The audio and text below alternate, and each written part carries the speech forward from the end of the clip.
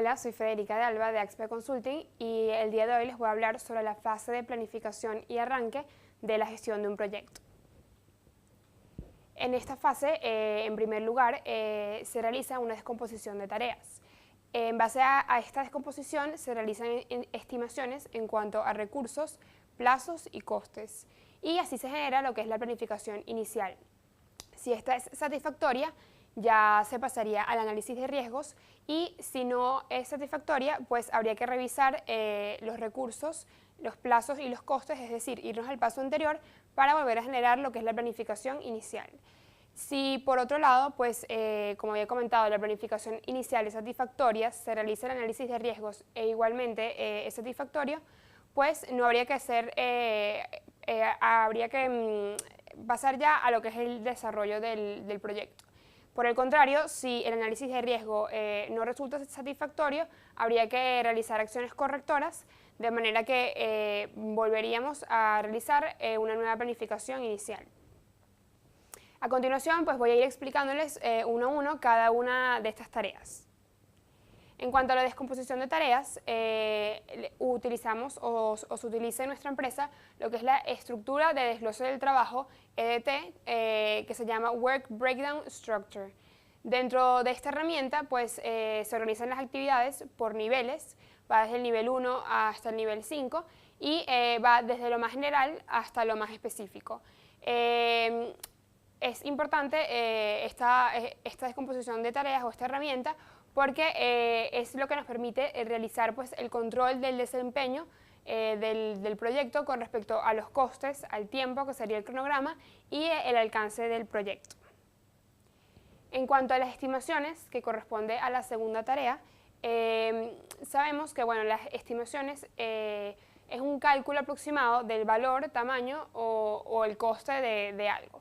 En la gestión de proyectos se hacen estimaciones de las distintas actividades, obteniendo para cada una de ellas pues, una duración, un coste y unos recursos. Esos tres elementos tan importantes que anteriormente o a lo largo de la presentación les he comentado, lo que son los recursos tanto humanos como materiales, lo que es el coste, que es el presupuesto determinado, y lo que es el tiempo de duración del proyecto. Además, se define a su vez lo que es la fiabilidad de las estimaciones, que sería el riesgo asociado. Se hacen o se utilizan distintas herramientas o distintas metodologías para realizar las estimaciones. Tenemos la macroaproximación, que sería la top-down, que va desde lo macro, desde pues, las tareas más importantes a las menos importantes, y la microaproximación, que es bottom-up, que es todo lo contrario, pues ir desde las tareas más sencillas, sumando para llegar a la tarea general.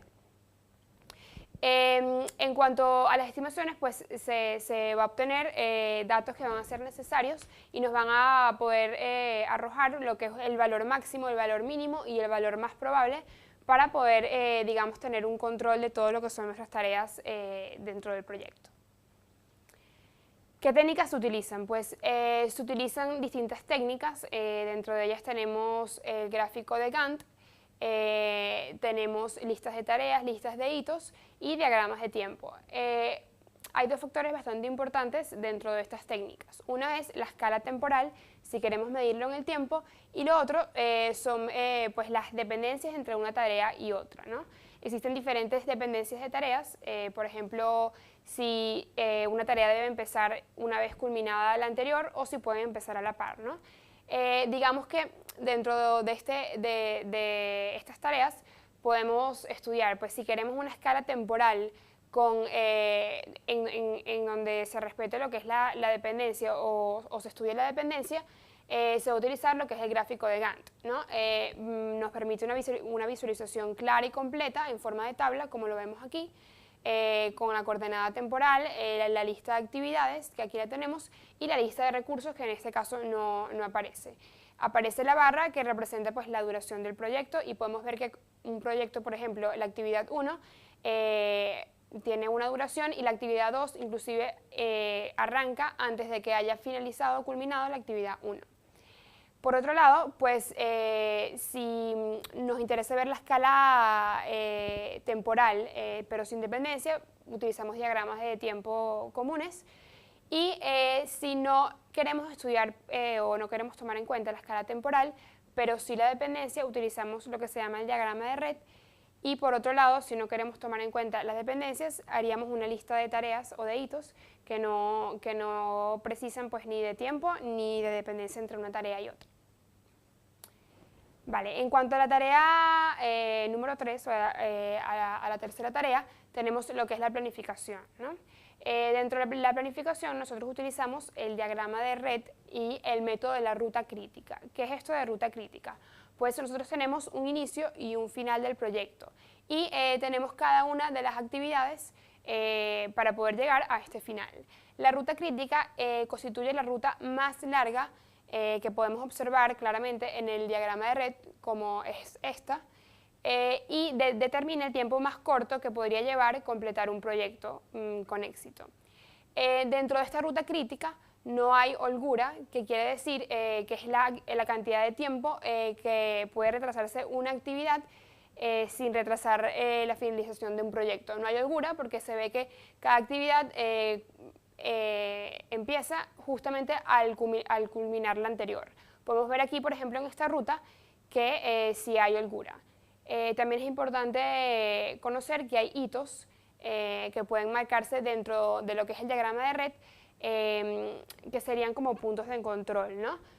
Muchas veces no tienen un tiempo determinado, sino que son puntos un poco para evaluar cómo va el desempeño de las tareas y qué proceso se está siguiendo para llegar al objetivo final.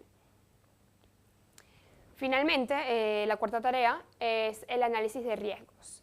Es muy importante pues, conocer los riesgos que tiene un proyecto para poder realizar algunas acciones que permitan que el efecto o el impacto del riesgo o de la situación, si llega a ocurrir, sea el menor posible, ¿no?